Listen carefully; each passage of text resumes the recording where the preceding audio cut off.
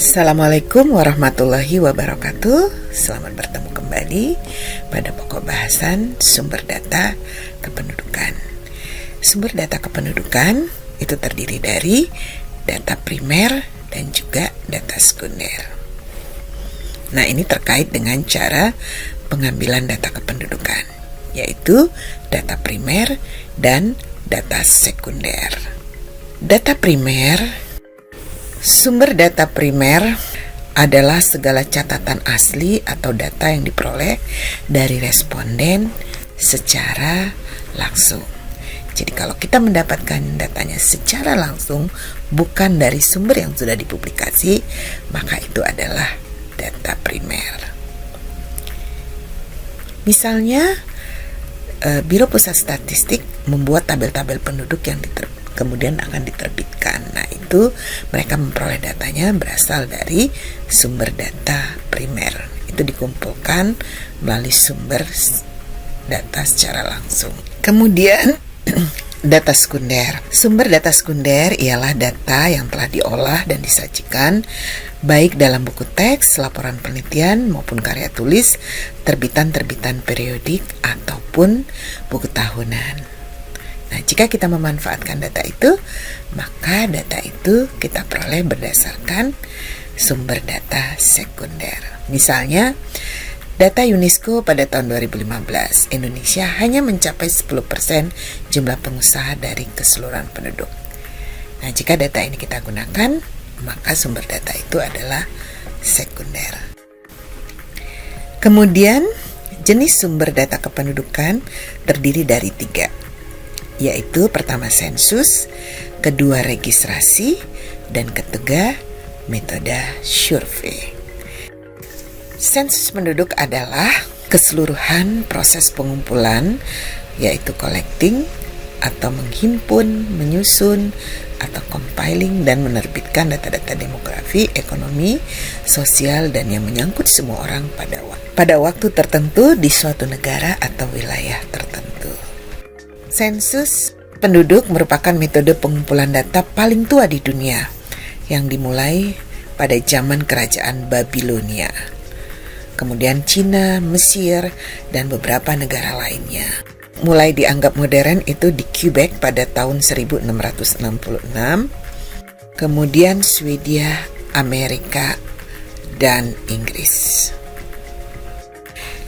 Ciri dari sensus penduduk ini terdapat beberapa dimensi waktu, kemudian dimensi tempat, dan juga dimensi objek pencatatan.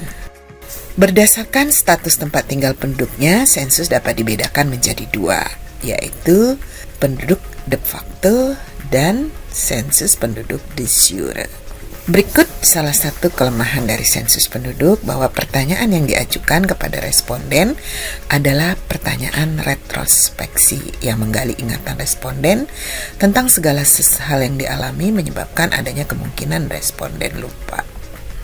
Sehingga kadang-kadang data yang dikumpulkan kurang baik. Ada 2 metode sensus, yaitu householder dan canvasser. Metode householder, petugas menyerahkan daftar pertanyaan kepada pemilik rumah. Kemudian penduduk mengisi sendiri daftar pertanyaan tersebut. Kemudian petugas akan datang kembali keesokannya untuk mengambil daftar pertanyaan yang telah diisi oleh penduduk yang bersangkutan. Metode ini dimungkinkan jika penduduk memang mampu mengisi sendiri seluruh daftar pertanyaan yang diberikan. Berikutnya adalah metode canvasser. Petugas mendata dan mewawancarai penduduk secara langsung. Biasanya ini dilakukan pada penduduk yang masih buta huruf atau sudah lansia. Jadi, metode householder hanya dapat dilakukan pada daerah-daerah yang tingkat pendidikan penduduknya relatif tinggi, karena mereka mampu memahami dan menjawab setiap pertanyaan yang diserahkan kepada mereka.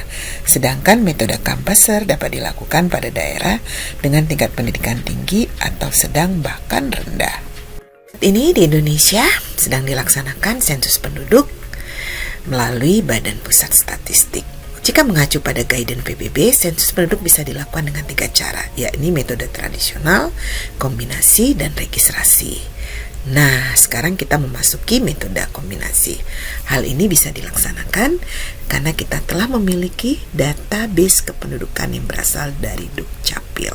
Mari kita simak penjelasannya. Selamat datang di pembelajaran jarak jauh Sensus Penduduk 2020.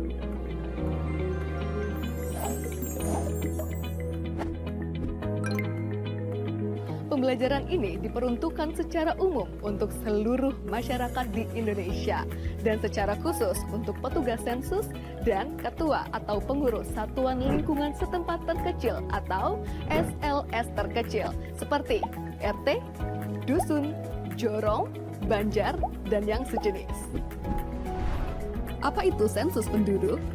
Sensus penduduk adalah kegiatan pendataan penduduk yang berlangsung 10 tahun sekali, sebagaimana diamanatkan Undang-Undang Nomor 16 Tahun 1997 tentang statistik.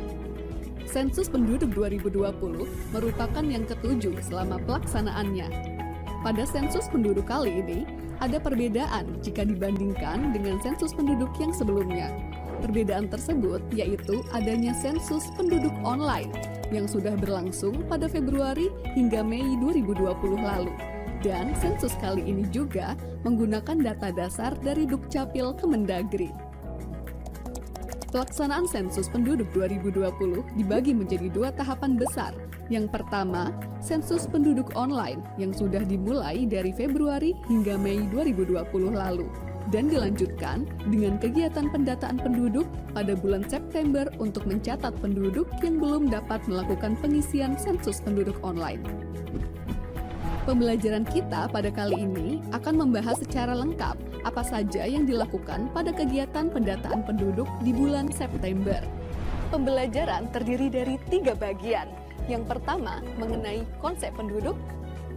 Kedua, pemeriksaan daftar penduduk. Dan ketiga, verifikasi lapangan. Bagi Anda masyarakat Indonesia, khususnya petugas sensus dan ketua atau pengurus RT atau dusun dan yang sejenis, selamat mengikuti pembelajaran ini.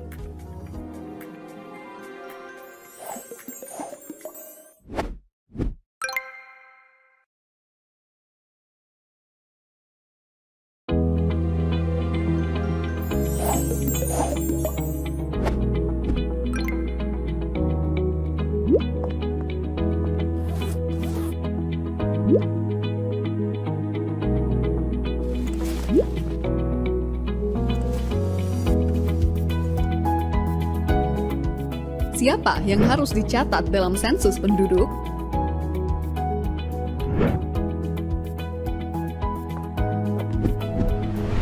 Seperti namanya, sensus penduduk mencatat seluruh penduduk di Indonesia, dari yang tua hingga yang muda,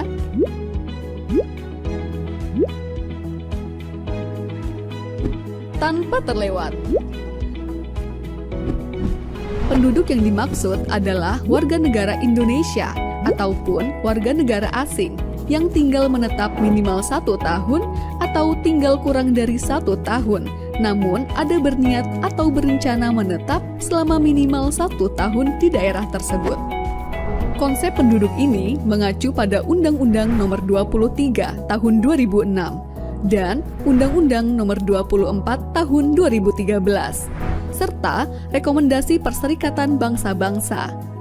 Dengan konsep penduduk berdasar tempat tinggal akan menghasilkan data yang lebih akurat sehingga memudahkan pemerintah dalam mengambil kebijakan dan melaksanakan program pembangunan.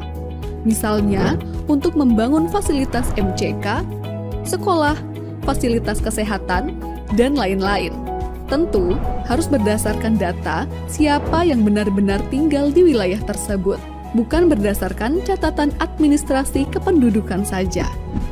Ini Kania, lahir di kota Yogyakarta, tetapi telah menetap di kota Makassar selama 1 tahun. Maka Kania adalah penduduk kota Makassar. Ini Wida, KTP Karanganyar, tetapi telah menetap 7 bulan di kota Bandung dan berencana menetap untuk beberapa tahun ke depan. Maka, Wida adalah penduduk kota Bandung. Jadi, penduduk di suatu daerah, mulai dari provinsi, kabupaten, kecamatan, hingga RT atau dusun dan sejenisnya adalah setiap orang yang telah menetap di daerah tersebut minimal 1 tahun atau kurang dari 1 tahun, namun berencana untuk menetap lebih dari 1 tahun.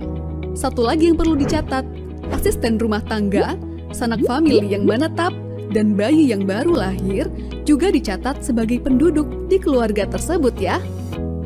Itulah konsep penduduk. Konsep ini berguna untuk menentukan siapa sajakah yang termasuk dan yang tidak termasuk sebagai penduduk di suatu daerah dalam sensus penduduk 2020. Lalu, bagaimanakah gambaran pelaksanaan sensus penduduk 2020? Sebagai gambaran, kegiatan lapangan sensus penduduk 2020 dimulai dengan koordinasi petugas sensus dengan ketua atau pengurus RT atau dusun dan yang sejenisnya atau yang kita sebut sebagai Satuan Lingkungan Setempat atau SLS. Selanjutnya, petugas sensus bersama-sama dengan pengurus SLS melakukan pemeriksaan daftar penduduk.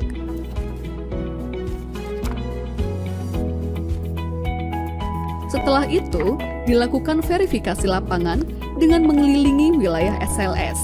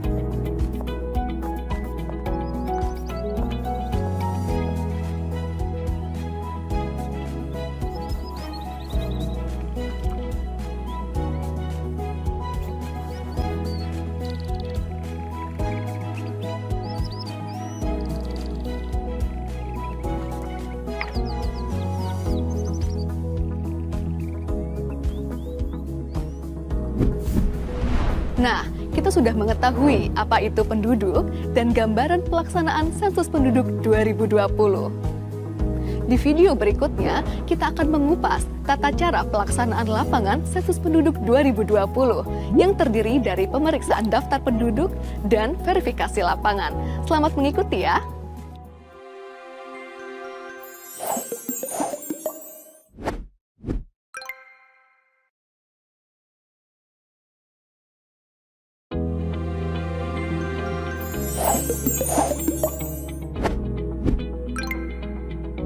Tahapan kegiatan lapangan sensus penduduk 2020 dimulai dari pemeriksaan dokumen daftar penduduk ketua atau pengurus RT atau dusun dan yang sejenis atau disebut dengan SLS.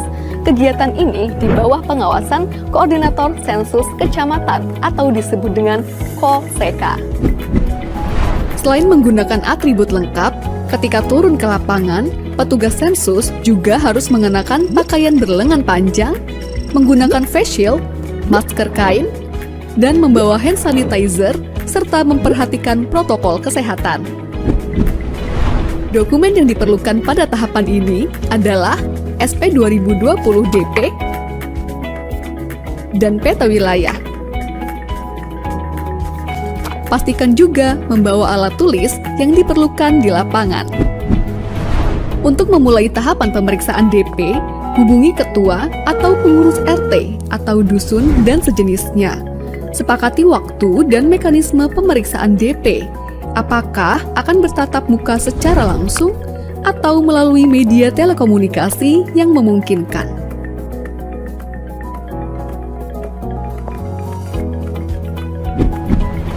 Kemudian, pastikan kesesuaian identitas wilayah RT atau dusun dan sejenisnya berdasarkan dokumen SP 2020 DP yang menjadi wilayah tugasnya. Apabila terdapat perubahan, baik itu pemekaran ataupun penggabungan SLS, laporkan ke Koordinator Sensus Kecamatan atau KOSEKA untuk ditindaklanjuti kemudian. Sebelum memulai pemeriksaan, baca dan pahami petunjuk pengisian pada halaman kedua DP. Jika ada yang belum dipahami, dapat ditanyakan kepada Koordinator Sensus Kecamatan atau KOSEKA. Selanjutnya, mari mengenal dokumen daftar penduduk atau SP 2020 DP. SP 2020 DP adalah instrumen utama pada sensus penduduk 2020 yang berisikan nama-nama penduduk yang akan diperiksa keberadaannya oleh petugas sensus bersama dengan ketua SLS.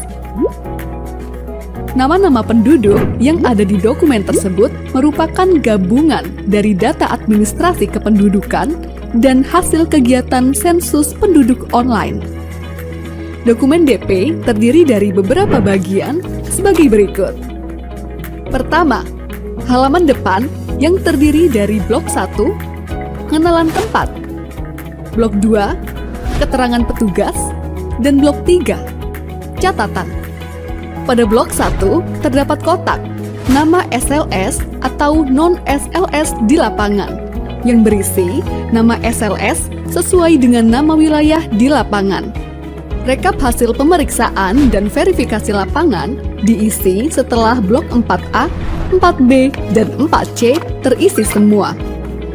Kedua, petunjuk pengisian.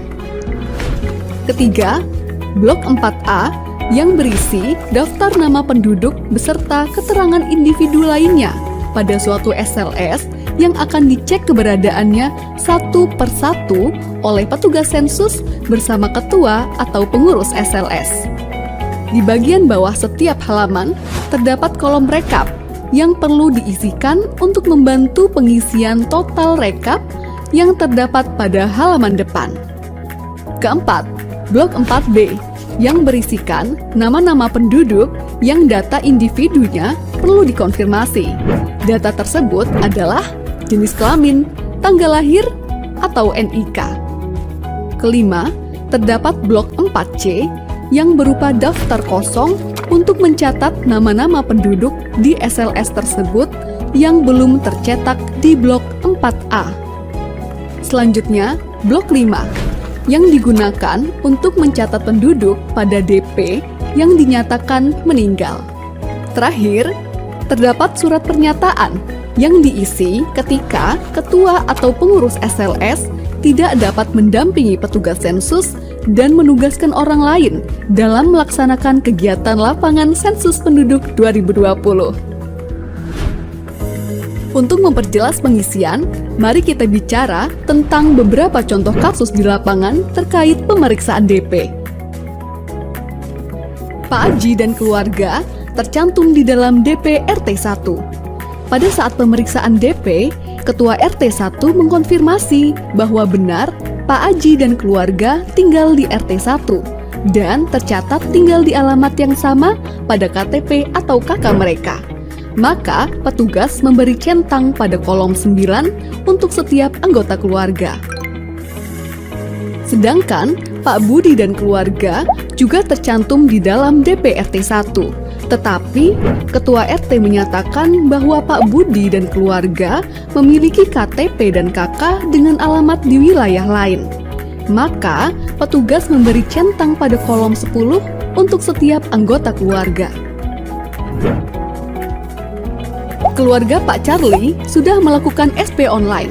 Namun, Ketua RT menyatakan bahwa bulan lalu telah pindah ke kota lain. Maka, untuk setiap anggota keluarga, beri tanda centang pada kolom 11. Jangan lupa, coret keterangan jenis kelamin Pak Charlie dan keluarga pada kolom 13 atau 14, sehingga tidak dihitung pada rekap jumlah penduduk berdasarkan jenis kelamin. Contoh selanjutnya, keluarga Pak Rudi terdiri dari Pak Rudi, istri, 4 orang anak, ibu, dan seorang asisten rumah tangga yang tinggal di kota Semarang. Pak Rudi beserta istri dan anak pertama, kedua, dan ketiga, serta ibunya sudah melakukan pengisian sensus penduduk online. alamat KK atau KTP keluarga Pak Rudi di kota Jogja, namun sudah tinggal di kota Semarang sejak tahun 2017. Maka, pada pemeriksaan DP oleh petugas pada RT tempat tinggal Pak Rudi saat ini di kota Semarang dilakukan dengan cara berikut. Pak Rudi bekerja di kota Jogja dan selalu pulang seminggu sekali. Maka, beri tanda centang pada kolom 10. Istri adalah ibu rumah tangga, maka beri tanda centang pada kolom 10. Anak pertama bekerja di kota Jakarta dan pulang 1 bulan sekali, maka beri tanda centang pada kolom 11 dan jangan lupa untuk mencoret isian jenis kelamin pada kolom 13 atau 14. Anak kedua, ketua RT tidak terlalu mengenalnya, maka beri tanda bintang pada kolom nama. Anak ketiga bersekolah di SMP Kota Salatiga dan tinggal di asrama sekolah, maka beri tanda centang pada kolom 10. Setelah pemeriksaan anak ketiga, ketua RT memberi informasi bahwa istri Pak Rudi baru melahirkan anak keempat. Namun, ketua RT hanya mengetahui nama bayi tersebut. Maka, isikan nama bayi pada blok 4C, lalu lengkapi keterangan lainnya pada tahapan verifikasi lapangan. Orang tua Pak Rudi meninggal sebulan yang lalu, maka beri tanda centang pada kolom 12 dan coret isian jenis kelamin pada kolom 13 atau 14. Lalu, lengkapi isian pada blok 5 SP 2020 DP. Ketua RT memberi informasi bahwa Pak Rudi memiliki seorang asisten rumah tangga yang belum tercantum namanya pada SP 2020 DP. Maka, catat pada blok 4C dan lengkapi isian. Apabila selama pengisian terdapat kesalahan, coret 2 kali isian yang salah. Lalu, isikan isian yang benar. Pada saat kegiatan pemeriksaan DP, sebagian petugas dilengkapi dokumen SP 2020 DPD yang memuat nama penduduk yang tidak diketahui alamat tempat tinggalnya di SLS manapun di suatu desa. SP 2020 DPD juga harus diperiksa oleh petugas sensus bersama ketua atau pengurus SLS. Setelah pemeriksaan daftar penduduk selesai, kegiatan lapangan dilanjutkan pada tahapan verifikasi lapangan yang akan dijelaskan pada video selanjutnya. Sensus Penduduk 2020 mencatat Indonesia.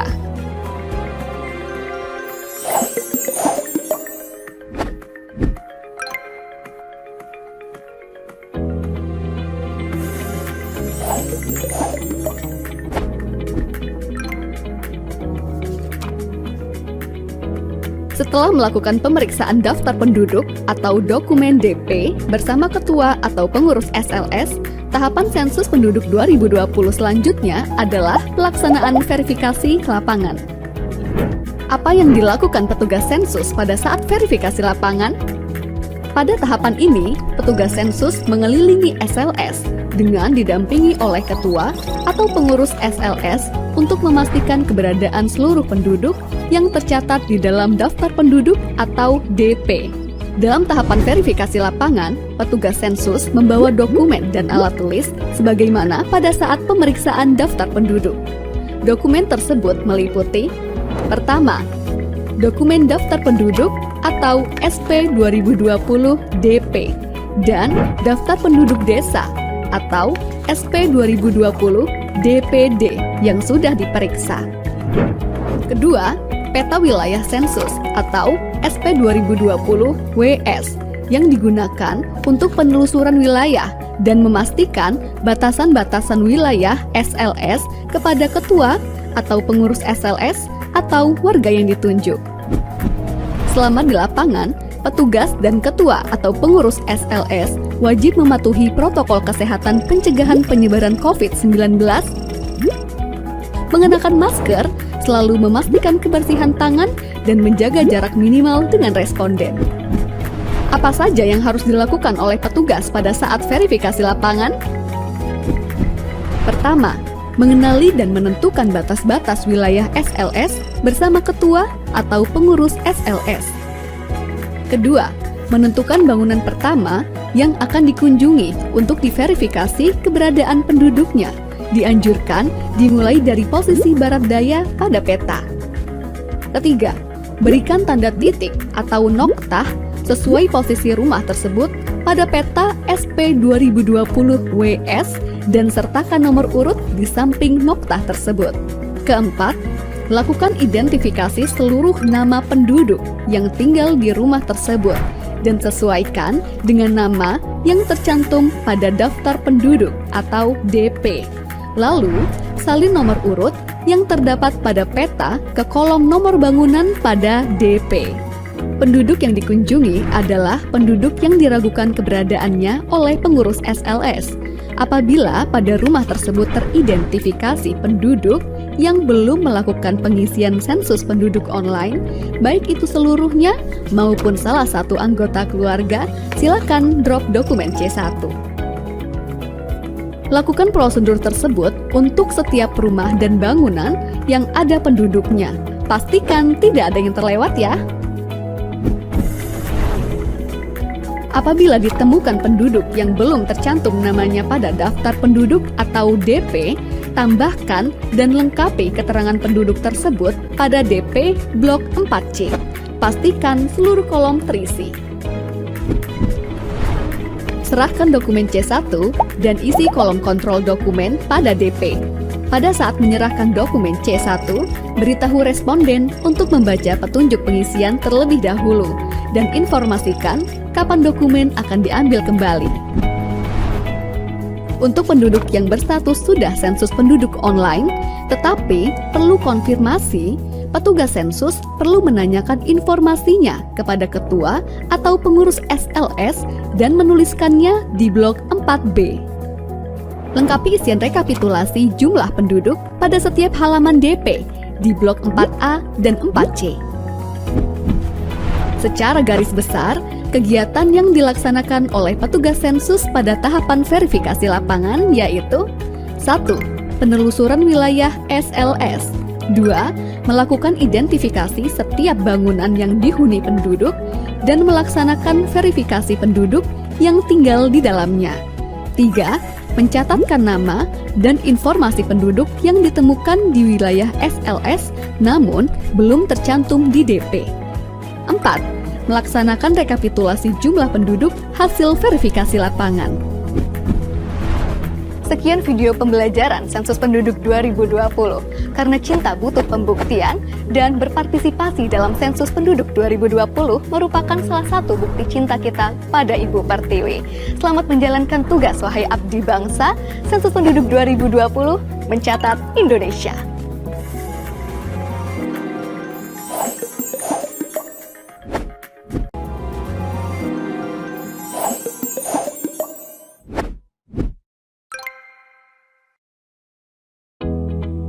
Cara mengisi kuesioner Sensus Penduduk 2020. Kuesioner Sensus Penduduk 2020 disebut dengan kuesioner SP 2020 C1. Jika Anda belum berpartisipasi pada sensus penduduk online bulan Februari hingga Mei 2020, maka Anda akan mendapatkan kuesioner SP 2020 C1 dari petugas sensus. Jika sudah mengisi sensus penduduk online secara lengkap, maka Anda tidak perlu mengisi SP 2020 C1 kembali. Tetapi, jika ada perubahan, jangan lupa lapor ke Ketua RT, Dusun, Jorong, atau Banjar ya.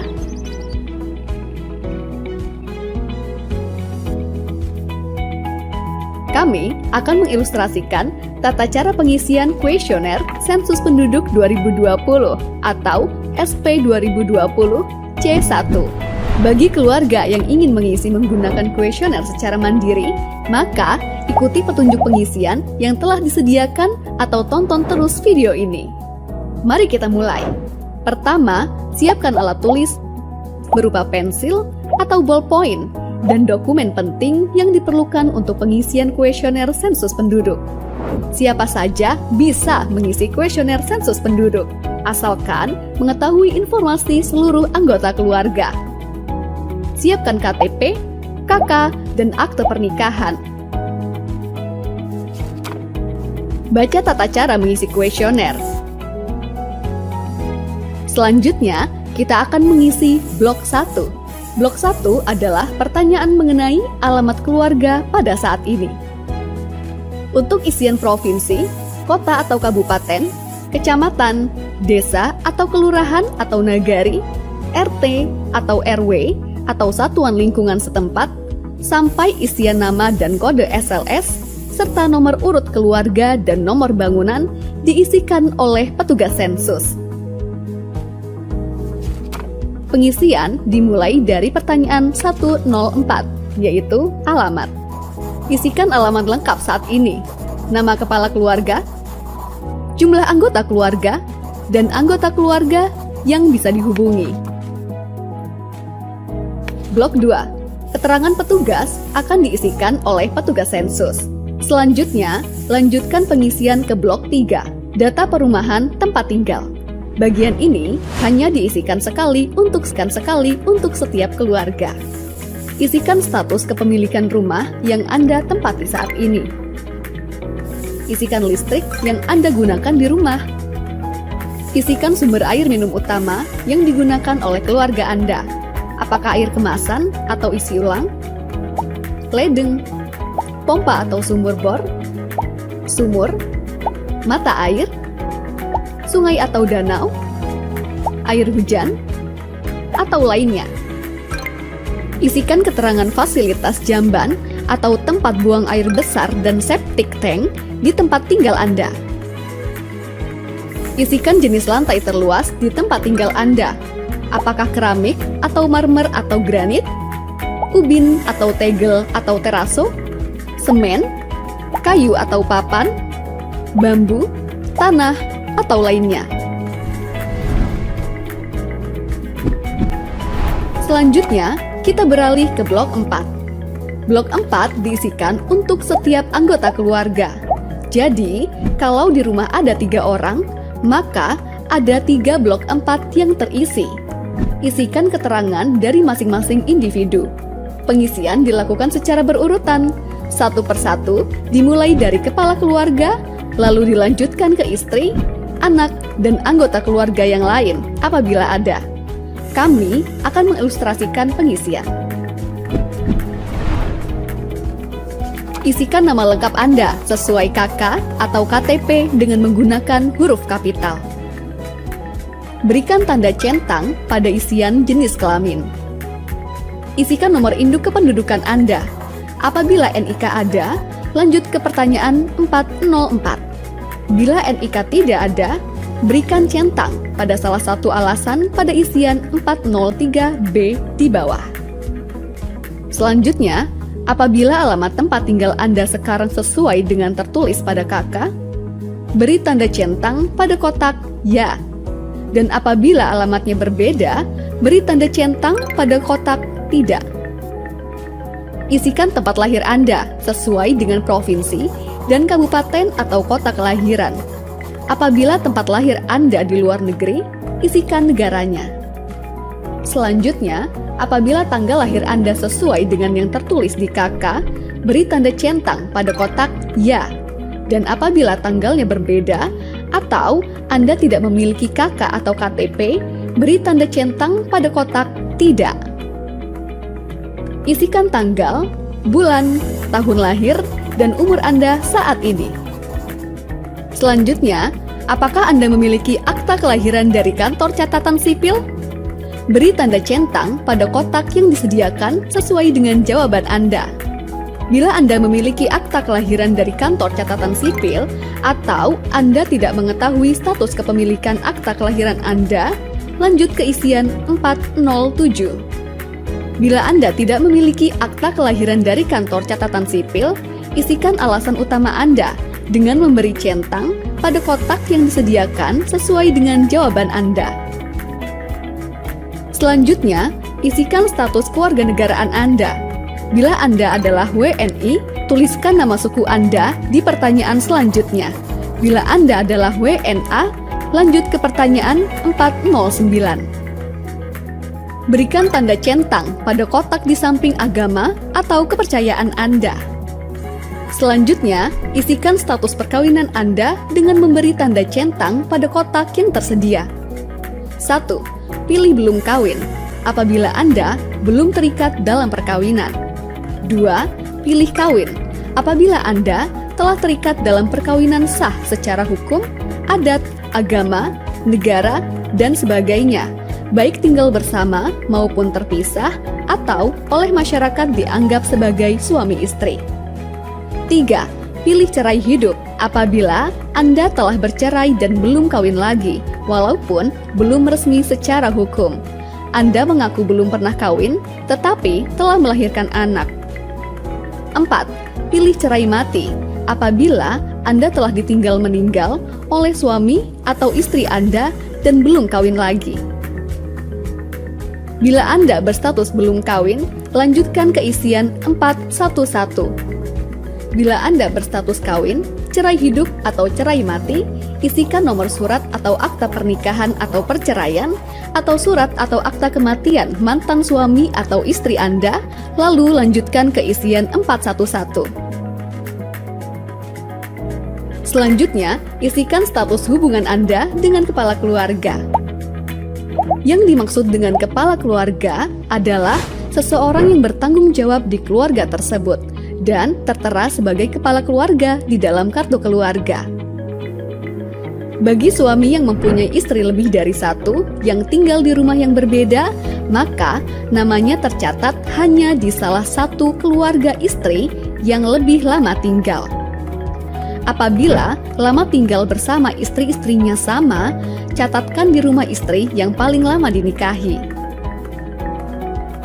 Yang dimaksud dengan famili lain adalah mereka yang memiliki hubungan famili dengan kepala keluarga ataupun suami atau istri kepala keluarga tersebut. Misalnya, adik, kakak, bibi, paman, kakek, atau nenek. Yang dimaksud pembantu adalah pertama, mereka yang bekerja sebagai pembantu atau sopir yang menginap di keluarga tersebut, yang menerima upah atau gaji berupa uang atau barang. 2. Famili yang dipekerjakan sebagai pembantu dan menerima upah atau gaji. 3. Tukang kebun yang makan dan menginap di rumah majikan. 4.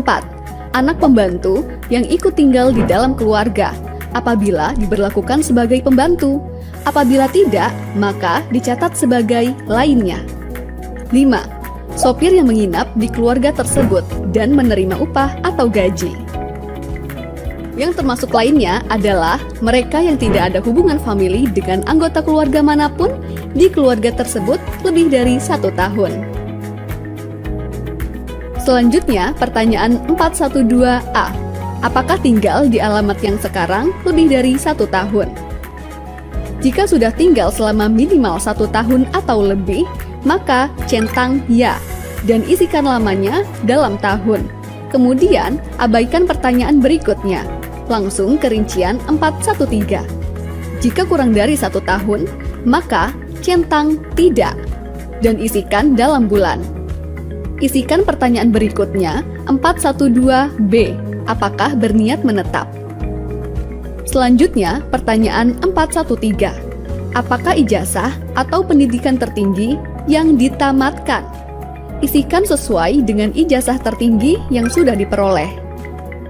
Kita menuju ke blok 5. Sama seperti blok 4, blok 5 diisikan untuk setiap anggota keluarga, namun khusus untuk yang berusia minimal 5 tahun atau lebih. Untuk anggota keluarga yang kurang dari 5 tahun, bagian ini boleh dikosongkan. Pertanyaan 501. Apakah bisa berbahasa Indonesia? Pilih ya jika bisa, pilih tidak jika tidak dapat berbahasa Indonesia. Selanjutnya, pertanyaan 502A. Aktivitas apa saja yang biasa dilakukan? Isian ini bisa dipilih lebih dari 1. Centang ya bekerja jika biasa melakukan pekerjaan. Centang ya mengurus rumah tangga jika juga melakukan kegiatan mengurus rumah tangga. Centang ya, sekolah atau kuliah, jika sedang menjalani aktivitas sekolah atau kuliah. Centang ya lainnya, jika melakukan aktivitas yang lain, seperti kegiatan sosial, seperti pos ronda, menjalani hobi, seperti berolahraga, atau lainnya, dan tuliskan aktivitas tersebut. 502B. Apakah pensiunan? Pensiunan di sini tidak hanya untuk PNS atau TNI atau Polri, tetapi juga yang pernah bekerja di bidang lain dan saat ini menerima pesangon atau dana pensiun. Selanjutnya, rincian 503. Isian ini diisi khusus untuk yang saat ini sedang bekerja. Isikan pekerjaan yang selengkap-lengkapnya. Berikut contoh pengisiannya. Isikan juga status dalam pekerjaan. Apakah berusaha sendiri atau dengan dibantu pekerja yang tidak dibayar? Apakah berusaha dan dibantu pekerja yang dibayar? Apakah sebagai buruh, atau karyawan, atau pegawai, atau pekerja yang dibayar? Atau apakah pekerja yang tidak dibayar atau pekerja keluarga?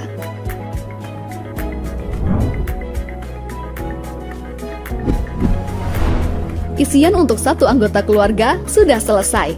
Ulangi pengisian untuk anggota keluarga yang lainnya pada lembar halaman berikutnya. Jika seluruh anggota keluarga sudah terisi dengan lengkap, periksa kembali isian dan simpan baik-baik. Selanjutnya, kembalikan kuesioner ini pada petugas sensus, atau ketua, atau pengurus RT, atau dusun, atau jorong, atau banjar. Mudah bukan? Pengisian kuesioner sensus penduduk bisa dilakukan mulai tanggal 1 September sampai 30 September 2020. Mari berpartisipasi langsung menentukan masa depan Indonesia dengan bersama kami mencatat Indonesia.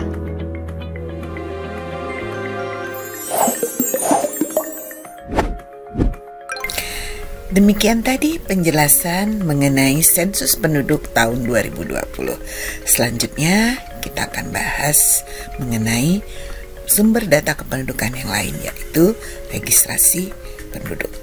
Registrasi penduduk menurut John Brown dianggap sebagai pelopor kegiatan registrasi vital pada zaman modern dengan kegiatannya membuat laporan kematian per minggu yang disebut dengan Bills of Mortality.